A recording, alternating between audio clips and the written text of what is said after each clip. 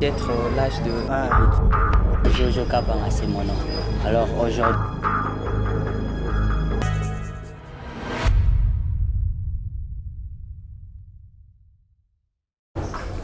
bonjour à tous, bonjour, salut, ça dépend de l'heure à laquelle vous nous suivez. C'est votre émission Débattons-en. Débattons-en, c'est une émission qui reçoit souvent les jeunes. On reçoit les jeunes ici, on partage avec eux. Pour aujourd'hui, c'est votre émission Débattons-en. La toute première émission de l'année 2021. Aujourd'hui, on va parler avec mes invités qui sont déjà là. Moi, je vous demande juste de vous abonner sur notre chaîne Mokolo TV. C'est très simple. Au Kotika Kana YouTube, au Betty Mokolo TV, directement, tu vas t'abonner. Derrière la caméra, c'est mon frère Emmanuel Chika. Côté montage, c'est mon frère Jonathan Bikaï. Abonnez-vous massivement sur la chaîne Mokolo TV. Moi, c'est votre frère Jonathan Jojo Kapanga. Jonathan Jojo Kapanga, c'est mon nom. Restez branchés, soyez toujours branchés sur notre chaîne Mokolo TV. Aujourd'hui, je reçois mes invités que je salue. Bonjour. Bonjour Jonathan. Vous allez bien? Très bien, merci. Meilleur vœu. Merci beaucoup. Meilleur vœu à vous tous qui nous suivez. Meilleur vœu. Monsieur, vous pouvez vous présenter? C'est Basile Mujinga. Basile Mujinga. Ouais, jeune indépendant, disons. Merci beaucoup, mon cher. Monsieur Enoch, vous pouvez encore vous présenter? Vu qu'on est déjà en 2021. C'est une nouvelle année, merci. Oui. C'est Enoch Kalonji, je suis habitué d'ici. C'est pas pour la première fois que je suis ici. Le meilleur vœu à tous aussi. Merci beaucoup. Restez toujours branchés, abonnez-vous massivement sur la chaîne Mokolo TV. Abonnez-vous massivement. Aujourd'hui, on va parler avec mes invités. Notre sujet du jour, c'est le comportement de la jeunesse dans le lieu public. Le comportement de la jeunesse dans les lieux publics. Je vais parler avec mes invités. Soyez branchés, connectés. On va parler avec mes invités du jour. Monsieur Basile, qu'entendez-vous par comportement? Bon, c'est une attitude que personne adopte dans la vie sociale, dans un milieu public comme vous venez les débuts. Ou encore partout ailleurs. Donc, c'est une attitude attachée à la personnalité d'une personne partout où il passe, dans un milieu public, dans un milieu restreint. Ça dépend du milieu où il se retrouve.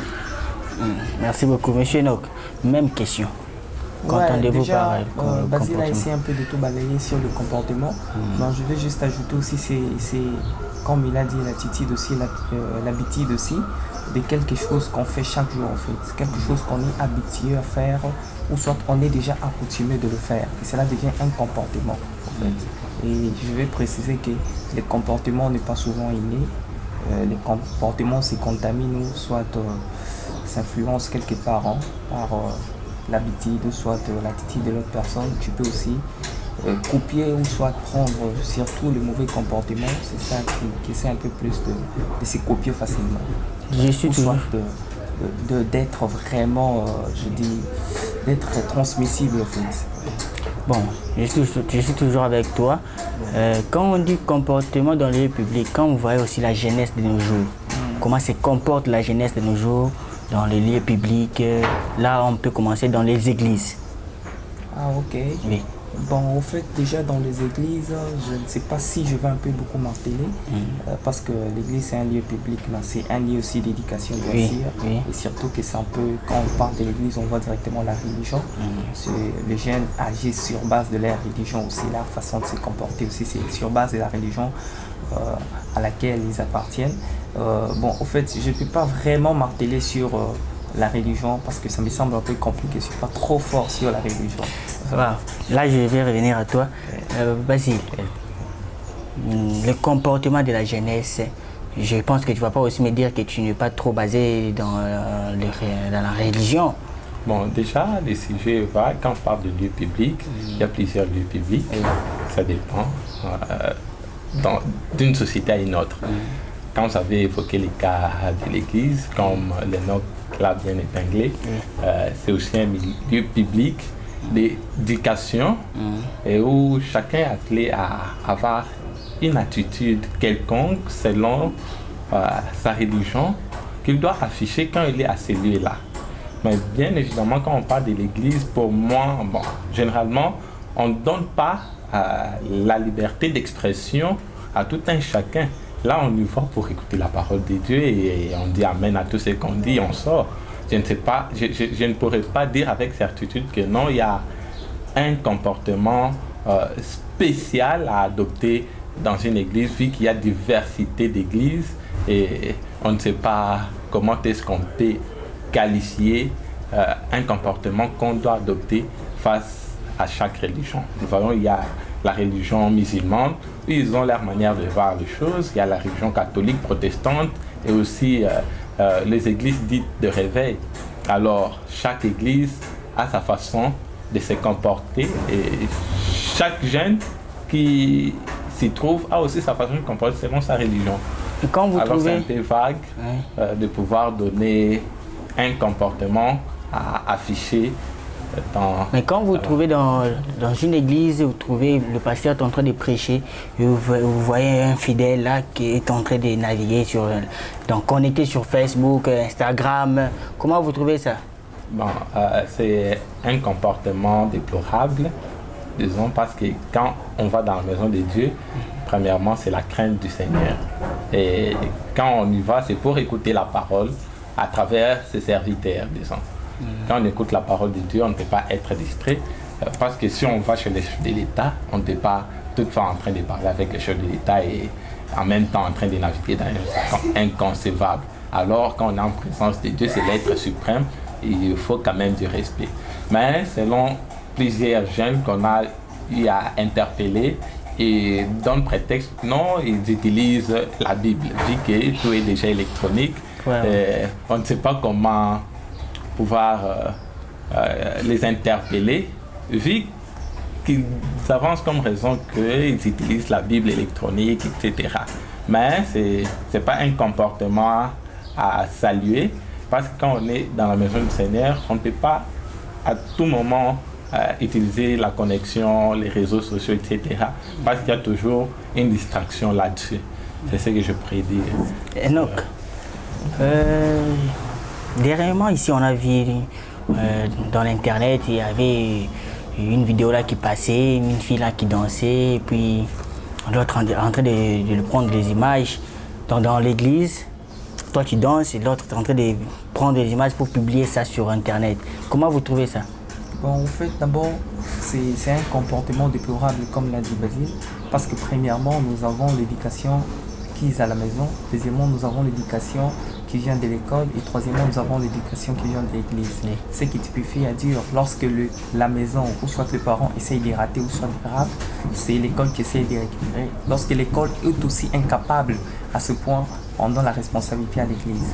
Mais déjà, lorsque les gens commencent à voir le lieu de culte comme un endroit où il faut aller faire le plaisir, un endroit où il faut aller, c'est pas moi, faire de n'importe quoi, c'est déplorable déjà. Ah, vous avez trouvé, vous allez voir, quelqu'un est en train de prier, en train de se prendre des selfies. Ouais, là, il faut déjà comprendre à quel point. Donc, nous avons atteint le paroxysme de l'impolitesse, bien sûr que oui, parce que quand on fait chose pareille, c'est pas normal, c'est l'impolitesse, parce qu'on est devant Dieu, comme Basile l'a dit, si on est devant le chef de l'État, on lui doit dire respect, plein respect au fait. Mais à combien plus forte raison lorsque nous sommes devant le Créateur, comme nous, le religieux au fait. Donc on doit y venir avec beaucoup de respect et ne pas s'en donner à des habitudes ou soit des histoires qu'on fait à la maison. Tu dis à quelqu'un, prends le téléphone, je danse, là tu vas me filmer. Bon, on fait, c'est regrettable parce qu'il y a beaucoup d'endroits où on peut danser. Tu peux aller peut-être dans un lieu public ou soit, je peux dire, une boîte de nuit ou soit, c'est pas moi où, essayer de danser. Et quand tu viens le faire à l'église, ça montre déjà la bassesse au fait. Ça montre déjà la bassesse et ça montre à quel niveau nous avons atteint avec la jeunesse congolaise. Donc on a atteint vraiment les sommets, le paroxysme. Mais pourquoi la jeunesse se comporte de telle façon? Bon, au fait, lorsque on veut parler du comportement de la jeunesse et pourquoi elle se comporte de cette façon, on va essayer d'épingler beaucoup des histoires, ou soit je peux dire de soulever beaucoup d'histoires en fait. Parce que le professeur Kalorumbi Kaï, le grand professeur de l'université de Kinshasa de droit, il a parlé sur la socialisation des risques. C'est-à-dire quoi? Un seul gène qui est corrompu essaye de corrompre tous les gènes. Donc on essaie de socialiser les risques. Et à partir de lui, nous avons un grand risque dans la société, dans la jeunesse aujourd'hui. La façon dont le jeune se comporte, la façon dont le jeune... Donc, premièrement, le tout premier point que je vais souligner ici, c'est vraiment la distraction donnée par, je peux dire, le politique. Je n'avais pas envie de le dire ici, mais je dois quand même le dire. Premièrement, ce sont les hommes politiques, ou soit le vieillard de l'époque de Lumumba, les vieillards anciens et consorts qui sont en train d'amener ces systèmes. On n'essaye pas vraiment de marteler ou soit de voir comment la jeunesse est en train d'évoluer. On se consacre à autre chose, on se donne donc, on se consacre, on se dit, là on va travailler sur telle chose et on oublie l'essentiel. L'essentiel c'est la jeunesse aujourd'hui. Donc la jeunesse est en train de copier ce qu'ils voient le vieillard en train de faire, ce qu'ils voient les anciens en train de faire, parce que c'est eux qui nous disent que nous à l'époque on n'agissait pas de la sorte, et quand on le voit dans la politique ou soit comment ils agissent, donc c'est regrettable. Tu verras un vieux papa qui se comporte d'une façon donc déplorable en fait, et tu te dis là, et où est-ce que toutes ces histoires viennent? Et on doit finir par conclure que ces histoires viennent de le vieillard qui ont essayé de former quelque chose pour donner aux jeunes et les laisser dans la distraction. La jeunesse congolaise, elle est devenue la jeunesse, je peux dire, la plus distraite du monde. Je peux dire ça parce que la RDC regorge beaucoup de potentialités, je peux dire. Donc nous avons une grande partie, la grande partie de la population est trop jeune. Tu vois, on est encore trop jeune, on peut dire la fleur de l'âge au fait. Et cette jeunesse, lorsqu'elle reste corrompue, elle reste en train de, je peux dire, dans des balivernes, des histoires inutiles, telles que politiques, telles que, c'est pas moi, je peux dire, la musique qui n'a pas de sens, telle que donc la jeunesse, elle est dans une distraction terrible parce qu'on a arrêté la lecture, on a tout arrêté, on s'est concentré à la politique. Et la politique, de quelle façon on est en train de la faire?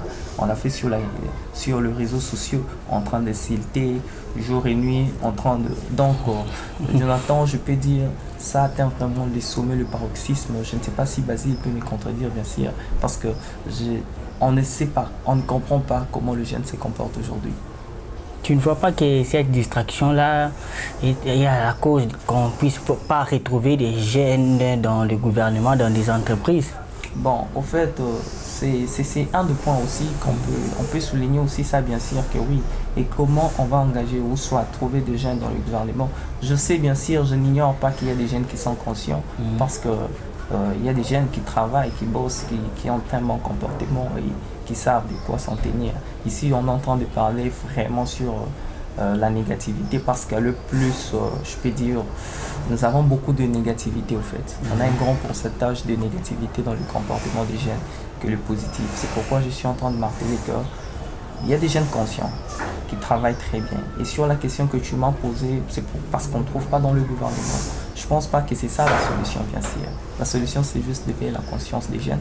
Ce n'est pas toujours travailler dans la politique qu'on peut facilement s'y retrouver.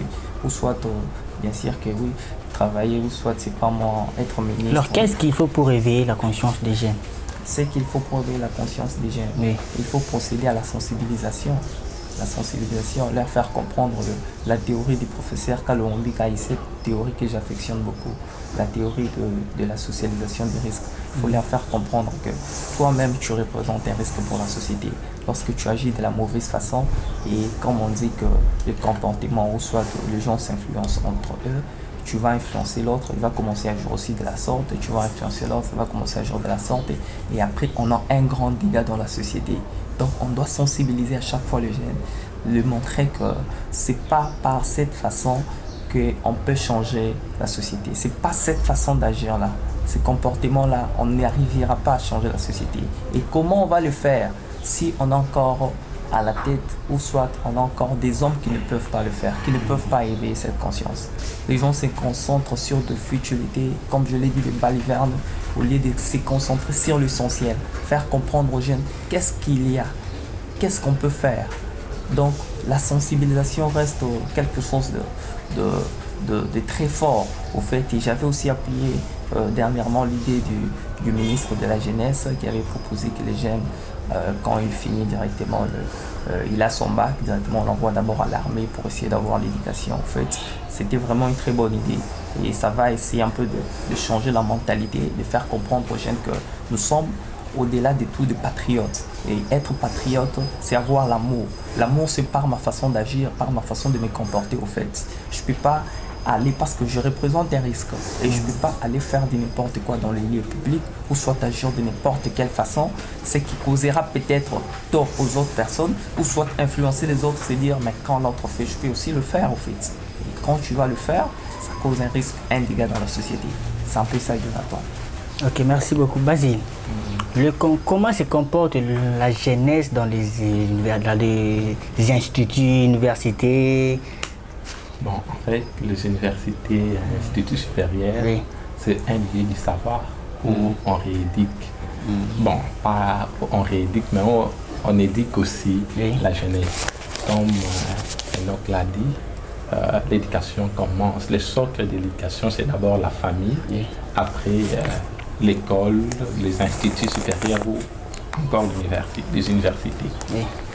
Alors, quand on est au niveau de l'université, on va pour acquérir les savoirs, la connaissance.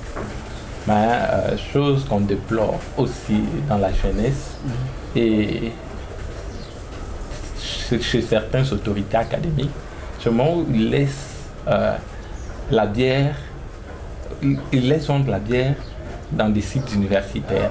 Ce qui n'est pas bon. Vous trouverez un étudiant venu pour étudier et il a oublié sa mission première. Vous trouverez dans des terrasses, dans des bars en train de consommer. Voire même des professeurs. Et oui, voire même des professeurs. Et quand il est là, il oublie l'essentiel. À ce moment-là, peut-être il avait cours à midi ou à 10 heures, il est arrivé, après quelques de ses collègues sont allés prendre la bière, ils oublient l'essentiel. C'est aussi un comportement qu'il ne faut pas encourager. Une fois à l'université, c'est pour étudier, faire des recherches. C'est où on façonne l'homme. Mais comment est-ce qu'on peut façonner l'homme si déjà on laisse la boisson alcoolique dans des sites universitaires? On détruit davantage la jeunesse. Alors, c'est un peu ça, c'est qu'on radie sur le comportement de la jeunesse dans les lieux universitaires. Et aussi, la jeunesse non plus à la recherche, à la lecture, non. Ils y vont, vu que la corruption est à outrance, ils se contentent à la fin de donner, je ne sais pas moi, 100, 200 dollars, selon les moyens et les circonstances, pour avoir un diplôme. C'est ce qui tue aussi la jeunesse. Aujourd'hui, peut-être nous sommes en train de déplorer pourquoi la jeunesse ne retrouve pas dans des institutions à décision. C'est aussi ça l'un des facteurs. Mais nous pensons qu'avec le temps, on pourra améliorer, on va aller de l'avant, on pourra changer tout ça. C'est ce que je pourrais dire. Quand vous voyez des filles venir venir au cours à l'université pour séduire les professeurs, vous ne trouvez pas que c'est pas vraiment encourageant? C'est aussi ça, un comportement qu'il ne faut pas apprécier. Quand tu quittes la maison faire l'université, c'est pour aller étudier. Mais vous verrez les demoiselles, surtout nos jeunes sœurs, qui viennent là en courte jupe, et ils viennent avec intention de séduire soit ses collègues, ses camarades étudiants, garçons, ou encore des assistants chefs de travaux, pourquoi pas le professeur. Quand elle est fait, elle a un objectif là derrière, peut-être c'est pour avoir un diplôme à la fin, comme on appelle les points sexuellement transmissibles, ou encore... donc, derrière, il y a toujours une idée floue qu'elle amène pour pouvoir séduire. Quand elle séduit, elle a ce qu'elle veut. Ok, Enoch, l'habillement dans les sites universitaires. Bon, premièrement, ce qu'il faut, quand on parle de l'habillement, on martèle un peu sur la culture africaine. Sous d'autres cieux, les étudiants se mènent à l'université comme ils veulent, qu'on sort. Mais ici en Afrique, il y a quand même cette modestie de la femme africaine. elle doit s'habiller d'une bonne façon quand elle s'amène à l'université. Elle doit savoir que je ne vais pas comme une star et consort parce que premièrement je suis africain. Se reconnaître d'abord, la femme quand elle se reconnaît comme étant africaine, ça donne du poids à cette femme. Elle sent que j'ai de la modestie, la maman africaine. Quand Léopold Sédar Senghor a parlé de la maman africaine, Léopold Sédar Senghor martelait plus sur le pagne que portait la maman africaine. Le pagne caractérise la femme africaine en fait. Et les femmes doivent comprendre qu'on ne les oblige pas de s'amener dans les sites universitaires en pagne ou soit des consorts, mais s'habiller d'une manière, donc on peut dire être plus décontracté au fait quand tu viens à l'université. Porter une tenue menue, ça montre déjà que tu es venu pour le savoir, mais pas pour autre chose. Parce qu'on est en Afrique, il ne faut pas l'ignorer. Aujourd'hui, je l'accepte, on est en Afrique. Oui. On doit vraiment s'habiller d'une bonne façon quand on vient dans les universités. Parce que ici, l'éducation, ou soit les comportements de femmes restent encore à problème en fait. Parce que quand une femme s'amène comme ça, peut-être qu'on est en train de parler sur Paris peut-être, ou soit en France peut-être. Quand la femme s'amène à l'université de cette façon, elle n'a pas d'autre but. Elle n'a pas d'arrière-plan. Elle vient juste pour la connaissance. Et ici, quand la femme s'habille comme ça, de cette façon, ici à Kinshasa ou soit au Congo, en Afrique, elle a vraiment des intentions qui ne sont pas bonnes. Donc, tu vois, donc on a encore des problèmes sur ce point. C'est pourquoi il faut calmer les artères et s'amener d'une façon, porter d'une façon, donc une très bonne façon. Faire la modestie de la femme africaine, être très bien habillée. Donc, ça montre aussi que on est venu effectivement pour la connaissance et non pour chercher autre chose. Une question qui m'est venue en tête. Ouais. Qu'est-ce qui est à la base de la chômage Bon, déjà, c'est comme si, on est toujours dans les sujets, on parle de la jeunesse messière. Oui. Quand on parle du chômage dans notre pays, qu'est-ce qui est à la base? C'est premièrement la création d'emplois. Chaque jeune doit s'y retrouver. Donc, quand on parle de la jeunesse, quand on parle d'un cadre universitaire, une personne qui a fréquenté l'université est un artiste, un créateur d'emploi. Un artiste créateur d'emploi. Donc le chômage vient du fait qu'on veut plus être engagé, on veut plus travailler pour les autres que travailler pour soi. C'est ce qui cause le chômage partout ailleurs. Ce n'est pas que le manque de compétences. Partout il y a des compétences. Nous avons des compétences, nous avons des gens trop compétents hormis les trucs de comportement qu'on sort, mais sur la compétence, nous avons des jeunes qui sont vraiment compétents, qui peuvent créer des emplois. Et le gouvernement aussi doit privilégier ces cléments lorsque le jeune crée l'emploi. Il faut qu'il ait un très bon clément, en fait, pour essayer de progresser ou soit d'aller de l'avant avec ce qu'il est en train de faire. Et lorsque le clément n'est pas bon, et les jeunes aussi sont inconscients, ils n'arrivent pas à créer l'emploi, ils préfèrent mieux être engagés que créer son emploi, parce que créer son emploi, c'est s'attirer des problèmes, s'attirer des ennuis par rapport au, c'est pas moi, document qu'on sort, tu dois voir tel papier, ça crée un peu de trouble, en fait. Mon cher, même question. Qu'est-ce qui est vraiment... qu'est-ce qui cause quoi, le chômage ici au Congo, vraiment au Congo ici? Le chômage aussi, c'est un état d'esprit. Oui. Bien qu'on déplore que la jeunesse ne se retrouve pas dans des institutions, mais les institutions ne peuvent pas aussi accueillir tout le monde. Il faut créer de l'emploi. Être un jeune entrepreneur, c'est aussi ça. C'est une façon de mettre fin au chômage. Alors, quand tous nous sommes formés, et surtout quand on est à l'université, on parle de l'univers, on sait tout faire. Alors, on ne peut pas s'attendre à aller chercher de l'emploi. On doit former des jeunes créateurs d'emploi, et non pas des jeunes demandeurs d'emploi. Parce que ceux qui y sont déjà ne veulent pas céder. Alors, comment est-ce qu'on peut évoluer sous cet élan-là sans pour autant créer d'emploi? Quand on crée d'emploi, on est un jeune entrepreneur, on devient indépendant. C'est-à-dire, on n'aura pas besoin d'avoir des stress à la fin du mois. On n'aura pas besoin... je m'excuse. On n'aura pas besoin d'arriver en retard. Donc, on est indépendant. Nous-mêmes, nous sommes en train de chercher ce qu'on peut faire, qu'est-ce qu'on aura à faire. Et à ce moment-là, ça génère de revenus. On dit souvent que la jeunesse, c'est le premier acteur du changement social. Si on ne parvient pas à changer la société, comment est-ce que la société va nous changer? déjà la société de nature, elle est mauvaise. Oui. Comment est-ce qu'une société dite mauvaise peut pouvoir changer un comportement d'un jeune qui est né de nature? Je ne pense pas. Un message pour la jeunesse, vu qu'on est presque arrivé à la fin. Bon, comme on est presque à la fin, Oui.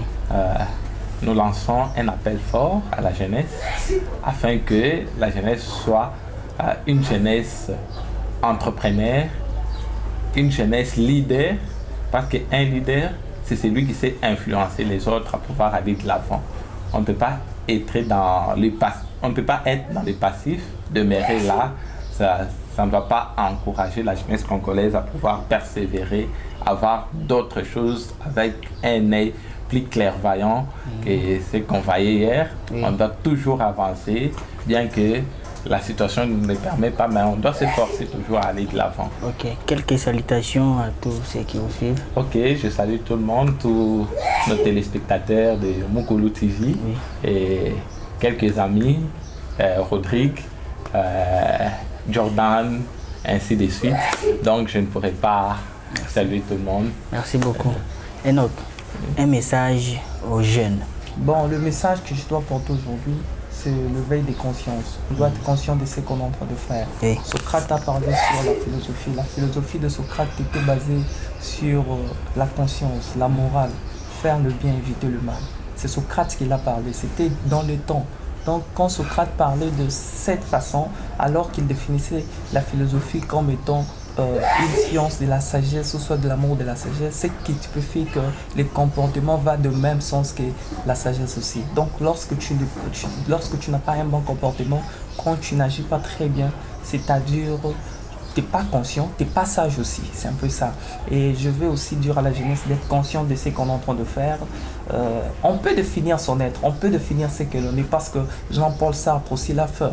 Il a parlé sur l'existentialisme par l'humanisme, c'est-à-dire un être peut définir ce qu'il est. Donc on peut définir ce que l'on est, on peut définir ce que on peut être dans le futur, par notre façon d'agir, par notre façon de nous comporter. C'est un peu ça.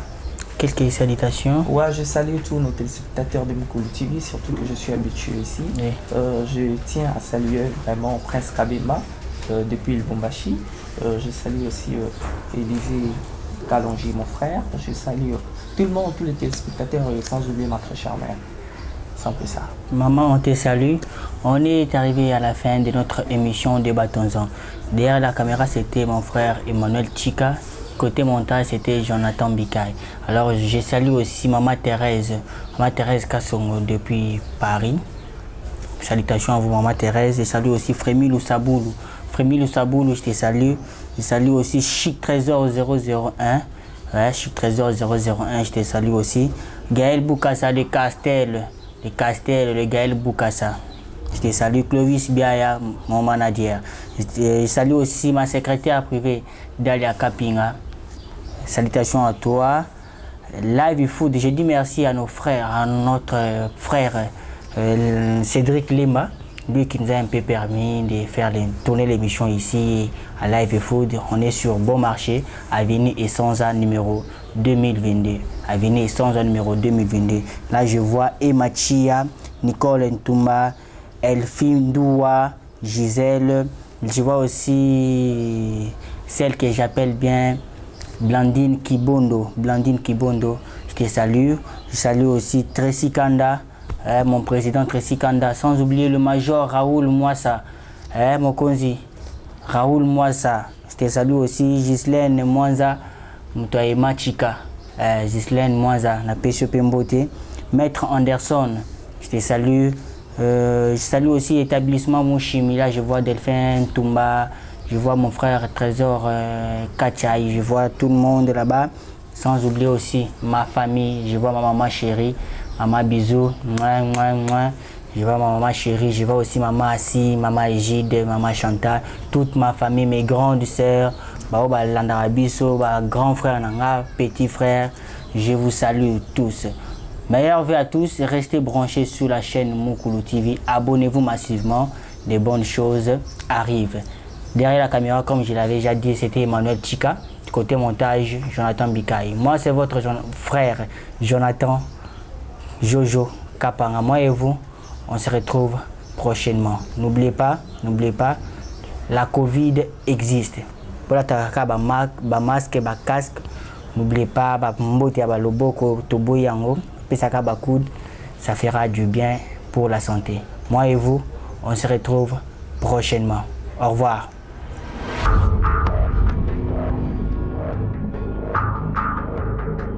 Peut-être l'âge de... Jojo Kapanga, c'est mon nom. Alors aujourd'hui...